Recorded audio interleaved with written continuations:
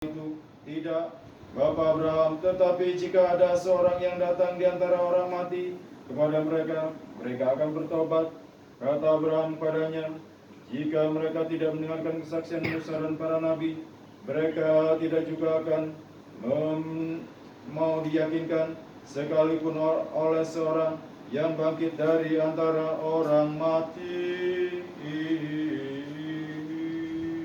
Kemuliaan bagimu ya Tuhan, kemuliaan bagimu.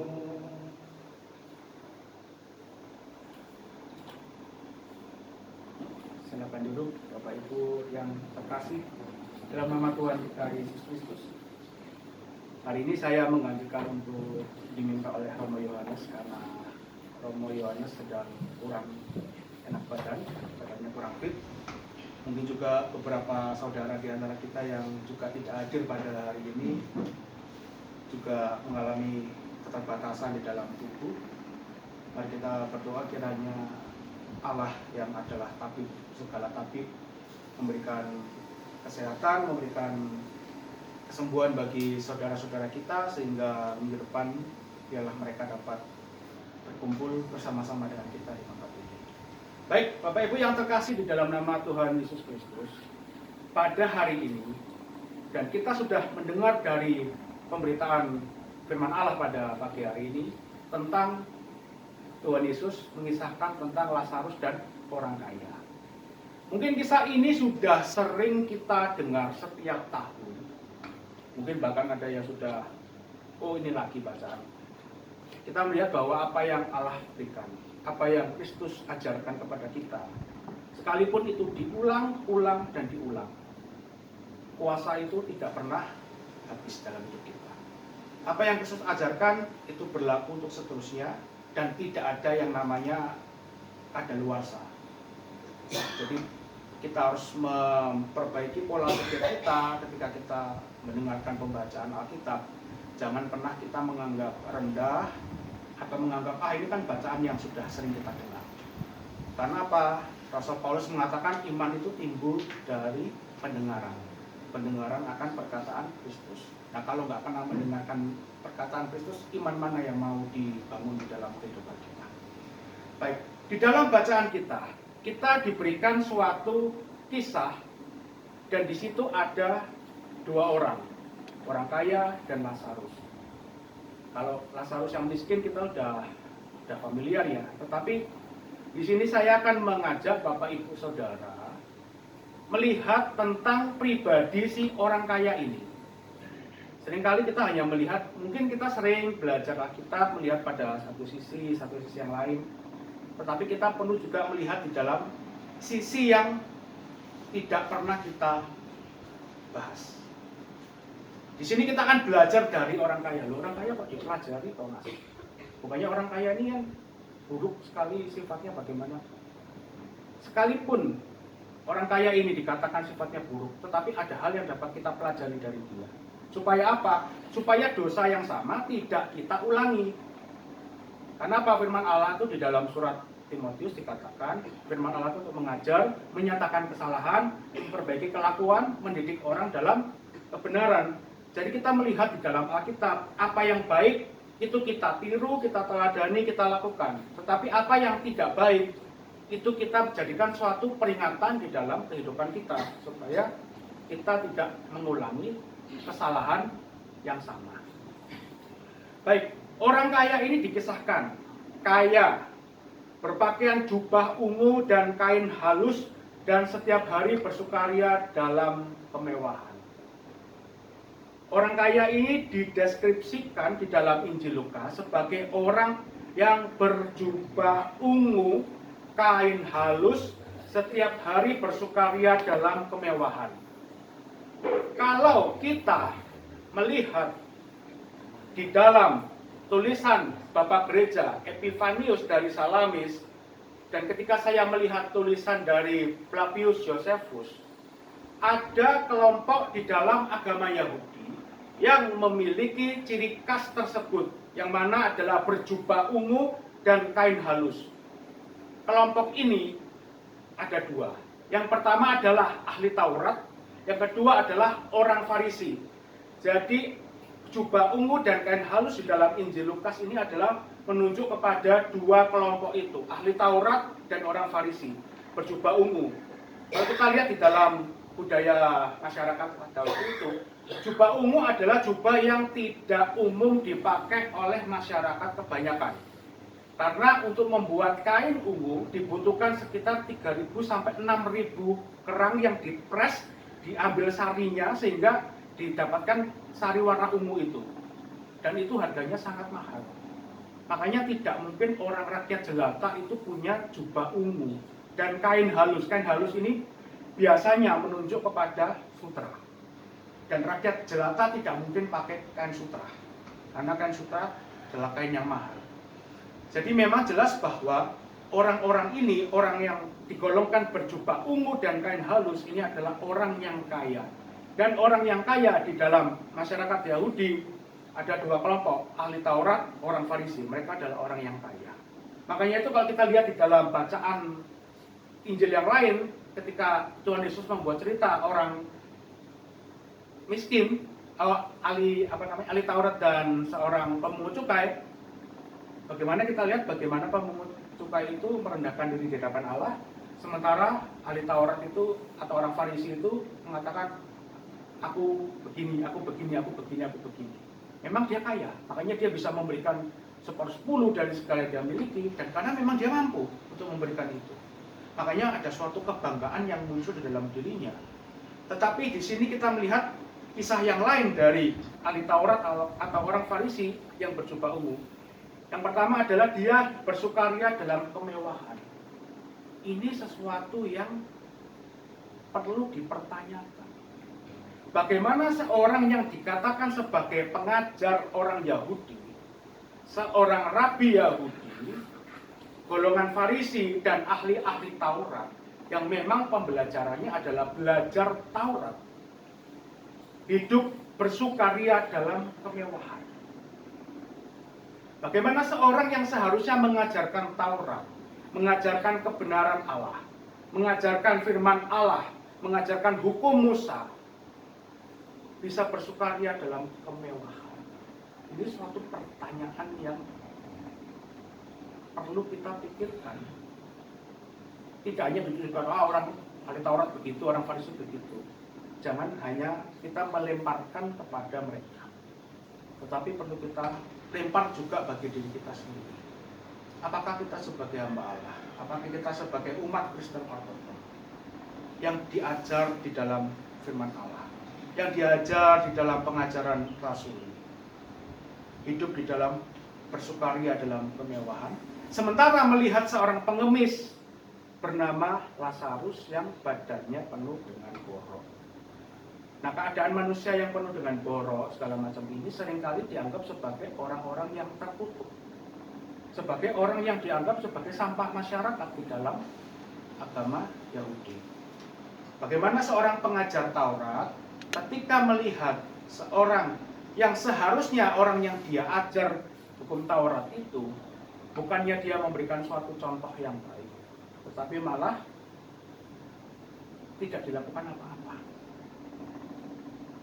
Bagaimana kita bisa melihat yang seperti ini? Kemudian di dalam kisah berikutnya dikatakan sama orang kaya ini atau yang berjubah ungu ini mati, orang miskin ini pun juga mati. Menunjukkan bahwa apa? Nasib manusia di dalam kehidupan kita yang kita pandang sebagai jasmani ini semuanya akan berakhir dengan kematian. Walaupun kalau kita belajar secara teologis, Bapak Ibu, kematian itu bukanlah hal yang wajar bagi manusia. Karena manusia itu tidak pernah diciptakan untuk mati. Manusia itu diciptakan untuk mengambil rupa Allah. Rupa Allah itu apa? Di dalam kekekalan kehidupan kekal. Manusia tidak pernah ditetapkan untuk mati. Kematian itu datang karena apa? Manusia merasa dirinya bisa mencapai rupa dengan caranya sendiri. Akhirnya apa? Mendengarkan si ular daripada mendengarkan Allah yang berbicara. Lebih menuruti iblis daripada menuruti Allah. Akhirnya bukan kehidupan yang dia pikir dia akan dapatkan, tetapi justru malah keluar dari kehidupan yang dia dapatkan. Akibatnya apa? Semua manusia yang lahir setelah Adam mewarisi kematian. Demikian pula juga orang kaya dan Lazarus ini juga mewarisi kematian yang sama. Jadi kematian itu bukan takdir, tetapi kematian itu harus dihadapi manusia. Karena apa? Karena keberdosaan. Tetapi Bapak Gereja mengatakan bahwa kematian orang beriman itu bukan akhir dari segala sesuatu. Tetapi kematian dari orang percaya itu adalah pintu gerbang yang mana melalui kematian itu maut dikalahkan. Melalui kematian itu dosa dilucuti. Melalui kematian itu kehidupan kekal dapat berjalan di dalam diri manusia. Dan setelah kita membaca, kedua orang ini sama-sama mati, kedua orang ini sama-sama berada di dunia kematian, tetapi nasib keduanya berbeda. Yang pertama berada di pangkuan Abraham. Pangkuan Abraham itu di dalam frase idiom orang Yahudi menunjuk kepada kehidupan yang terberkati, menunjuk kepada kehidupan sukacita. Sementara yang satu berada di alam maut, menderita sengsara di dalam Tartaros, di dalam Sheol, dunia orang mati. Dan dikatakan dia berseru kepada Bapak Abraham, kasihanilah aku, suruhlah Lazarus supaya ia mencelupkan ujung jarinya ke dalam air dan menyejukkan lidahku. Dan kita bisa baca seterusnya bagaimana akhirnya orang kaya ini yang mati ini minta tolong supaya supaya minta dia ke rumah ayahku. Maksudnya si Lazarus itu datang ke rumah ayahku sebab masih ada 5 saudara orang saudaraku supaya ia memperingati mereka dengan sungguh-sungguh dan seterusnya. Nah, apa nilai rohani apa yang kita mau pelajari dari kisah seperti ini? Yang pertama adalah kenyataan bahwa kehidupan itu tidak hanya berhenti sampai di sini. Para filsuf Yunani mengatakan, marilah kita makan, marilah kita minum, besok mati. Hidup cuma sekali, mari kita bersenang-senang. Hidup itu sekali, mari kita bermewah-mewah. Besok mati kok, ya udah. Besok nggak bisa makan kue tiaw yang enak, besok nggak bisa makan soto, ya udah makan sekenyang-kenyangnya. Jantungan mati ya sudah, yang penting kita sudah makan enak. Itu ajaran kafir, itu ajaran yang tidak pernah diajarkan oleh Kristus. Itu adalah ajaran hikmat dunia. Jadi jangan pernah kita merasa bahwa kehidupan itu hanya berhenti sampai di sini. Kehidupan kita di keadaan sekarang ini itu bagaikan satu titik di suatu garis yang tidak pernah habis. Jadi kalau kita belajar ilmu matematika itu kan ada garis diagram kartesius, ada aksis dan ordinat, sumbu tegak, sumbu tidur. Nah, kehidupan kita tuh hanya satu titik, sementara kekekalan itu berjalan terus, nggak pernah berhenti. Jadi jangan pernah kita mengorbankan yang satu titik ini, kemudian kita puas-puaskan satu titik ini dengan kehidupan yang tidak sesuai dengan kehendak Allah, dan kita menggadaikan yang kekekalan. Itu merugikan kita sendiri. Jangan pernah mengatakan orang lain enak, ya hidupnya enak. Dalam kehidupan ini jangan pernah kita melihat orang lain tampaknya lebih enak dari kita. Setiap orang di dalam kehidupan itu punya pergumulan masing-masing yang kita tidak mengerti. Jangan pernah menilai orang hanya berdasarkan sesuatu yang kelihatan saja. Kita melihat orang lain tampaknya rumputnya hijau, tapi rumput plastik gimana? Nggak bisa diapa-apakan. Rumput bagus tapi plastik, ya kan nggak ada gunanya. Kambing nggak mau makan rumput plastik, sapi nggak mau rumput plastik, sapi maunya rumput beneran. Kita menjalankan kehidupan kita sesuai panggilan kehidupan kita itu dengan penuh tanggung jawab. Jangan pernah iri dengki dengan tanda kutip nasibnya orang. Belum tentu apa yang kita lihat itu belum tentu baik kok. Belum tentu yang kita lihat kelihatannya Kalau kita lihat di YouTube, di medsos, seringkali kan orang yang pamer harta sana sini, kelihatannya mewah, ternyata enggak. Itu namanya flexing, hanya supaya kelihatan wah keren, padahal belum tentu. Kalau kita melihat sesuatu atau apa yang dibanggakan orang, itu sebenarnya adalah upaya, kalau kita belajar psikologi, itu adalah upaya untuk menutupi sesuatu di dalam dirinya. Ada sesuatu yang orang lain tidak boleh ketahui tentang dirinya, makanya ia menyajikan sesuatu yang lain, supaya orang tuh fokus ke situ. Padahal orang kalau yang namanya kaya beneran, itu malah nggak pameran. Karena dia menghadapi satu, keselamatan. Pasti itu, keselamatan jiwanya. Karena apa? Ketika orang memamerkan sesuatu dan dia tambah kaya, dia akan jadi sorotan banyak orang. Orang ini kaya ya, orang ini kaya ya. Dan itu menjadi pintu masuk kejahatan. Orang yang ingin berbuat jahat itu bisa datang. Makanya daripada kita ngurusi yang begitu-begitu, lebih baik kita sayangi diri kita sendiri. Kita sayangi apa yang patut kita terima. Apa yang Allah inginkan bagi kehidupan kita, ya itu yang kita jalankan, jangan yang lain. Jangan kita menyusahkan diri dengan urusan-urusan yang sebenarnya nggak perlu kita lakukan. Kita sibukkan diri kita dengan kehidupan yang saleh, dengan kehidupan yang suci dan mulia. Jangan seperti orang kaya yang berjubah ungu dan kain halus ini yang hanya dikatakan setiap hari bersukaria dalam kemewahan. Melupakan bahwa ada kehidupan yang lain setelah kehidupan ini. Itu sangat fatal. Itu adalah poin pertama yang dapat kita pelajari dari kisah ini. Poin yang kedua, ada kesadaran dari orang yang sudah meninggal. Jangan pernah kita mengajarkan sesuatu yang asing dari ajaran gereja. Kita sering mendengar bahwa orang mati sudah tidak tahu apa-apa. Oh jangan, itu bukan ajaran gereja. Dari kisah ini kita diajarkan bahwa ternyata ada kesadaran dari orang kaya ini. Dia sadar tentang dirinya. Loh, aku di alam maut.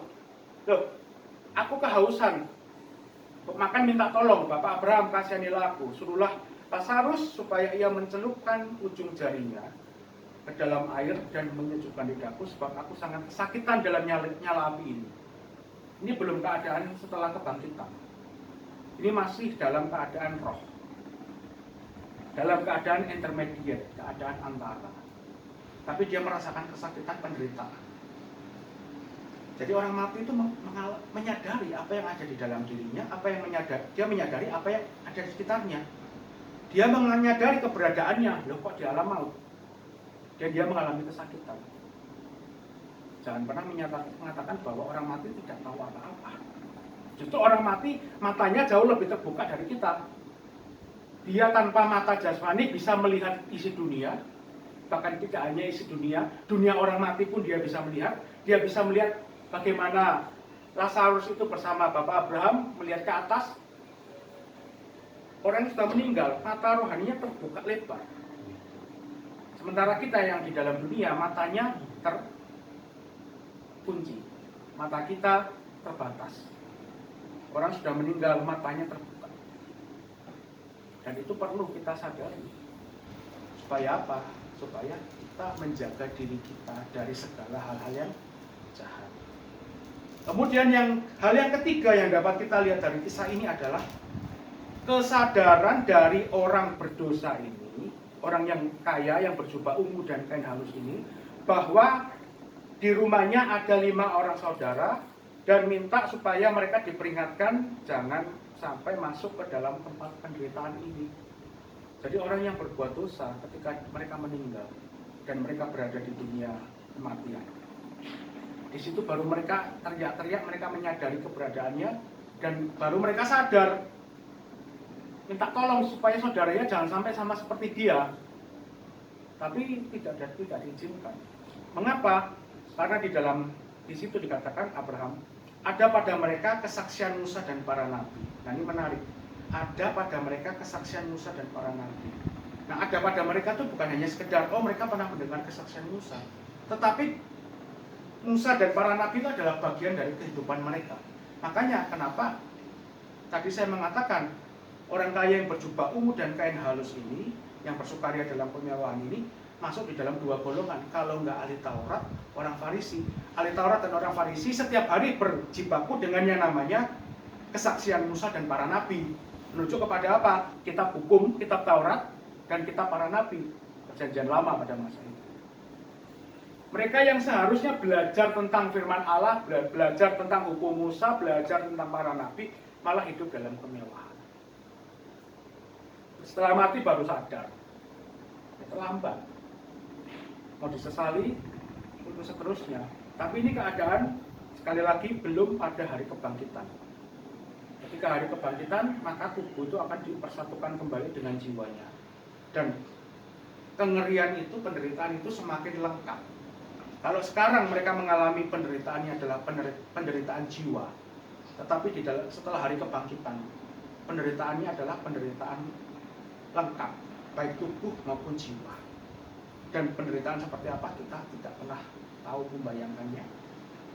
Seperti yang dikatakan hanya di dalam kiasan, di situ adalah ada ratapan kerta gigi, ulat, belatung, api yang tidak pernah padam. Kita nggak pernah tahu seperti apa. Tapi dari bahasa kias yang dipakai begitu ngerinya, itu menjadi suatu peringatan bagi kita. Supaya apa? Supaya jangan ada orang yang malas di dalam hidupnya, orang yang lalai di dalam hidupnya, orang yang tidak peduli dengan hidupnya. Ketika kita sayang kepada diri kita sendiri, kita melihat bahwa diri kita adalah makhluk yang dijadikan menurut gambar Allah. Maka bentuk sayang kita kepada diri kita sendiri adalah menaati perintah Allah. Karena apa? Segala yang Allah perintahkan itu adalah baik bagi kehidupan kita. Segala yang Allah perintahkan di dalam hidup kita adalah berguna bagi keselamatan jiwa kita. Makanya itu di dalam kehidupan ortodok, kita diajar puasa, kita diajar untuk sembahyang harian, kita diajar untuk beribadah, kita menerima perjamuan tubuh dan darah Tuhan. Bukan semata-mata sebagai tanggung jawab perintah orang Kristen. Kalau kita hanya menjalankan perintah itu hanya sebatas karena perintah, itu tidak akan membuat kita berbeda dengan orang Farisi yang melihat segala sesuatu hanya sebagai hukum tertulis. Kita melakukan segala sesuatu yang ada di dalam perintah gereja itu bukan karena untuk memenuhi hukum, tetapi karena kasih kita kepada Allah. Tapi karena kita juga membutuhkan belas kasihan Allah. Dan kita mengetahui di dalam ibadah-ibadah kita yang penuh rahasia dan kemuliaan ini, sarana-sarana rohani itu dinyatakan. Dan itulah yang menjadi penopang bagi jiwa kita. Dan yang menarik adalah di dalam bacaan kita ini, di bagian terakhir. Jika mereka tidak mendengarkan kesaksian Musa dan para nabi, mereka juga tidak akan mau diyakinkan, sekalipun oleh seorang yang bangkit dari antara orang mati. Ini jelas. Sekalipun oleh seorang yang bangkit dari antara orang mati. Di dalam kisah ini, Lukas ini, ada setara utuh di dalam Injil. Ada dua orang yang bangkit dari antara orang mati. Yang pertama, Lazarus itu sendiri. Yang kedua, Yesus. Kita lihat bagaimana mereka tidak percaya dengan kebangkitan Lazarus. Bahkan mereka ingin membunuh Lazarus, orang-orang Farisi itu. Padahal Lazarus sudah dibangkitkan. Dan ketika Tuhan Yesus membangkitkan Lazarus, itu kebangkitannya nggak main-main lagi. Kenapa? Karena Tuhan Yesus membangkitkan Lazarus pada hari Sabat. Jadi mujizatnya sudah nggak main-main lagi. Kalau membangkitkan pada hari biasa, mungkin orang bisa begini begitu. Tapi ini hari Sabat. Lazarus dibangkitkan pada hari Sabat. Makanya itu kita merayakannya Sabtu Lazarus. Kalau secara hukum Yahudi, Yesus itu melanggar hukum Taurat. Tapi dia menunjukkan bahwa dia adalah anak manusia yang berkuasa atas hari Sabat. Dengan cara apa? Membangkitkan orang mati pada hari Sabat. Lazarus ditolak. Yesus sendiri bangkit dari antara orang mati juga ditolak. Malah di dalam Injil Matius dikatakan Mahkamah Agama Yahudi itu membuat berita dusta tentang Yesus, bahwa murid-muridnya mencuri dia. Dan di dalam Injil Matius dikatakan cerita itu tersiar sampai hari ini. Hari ini itu maksudnya pada waktu Injil Matius itu ditulis. Kira-kira ada sekitar beda 30 tahunan, 20-30 tahunan. Jadi 20 sampai 30 tahun setelah kebangkitan Yesus, cerita tentang Yesus, mayat Yesus dicuri oleh murid-muridnya itu masih tersiar di antara orang Yahudi. Mereka tidak percaya tentang Yesus. Mereka tidak percaya tentang kesaksian Musa dan kesaksian para nabi.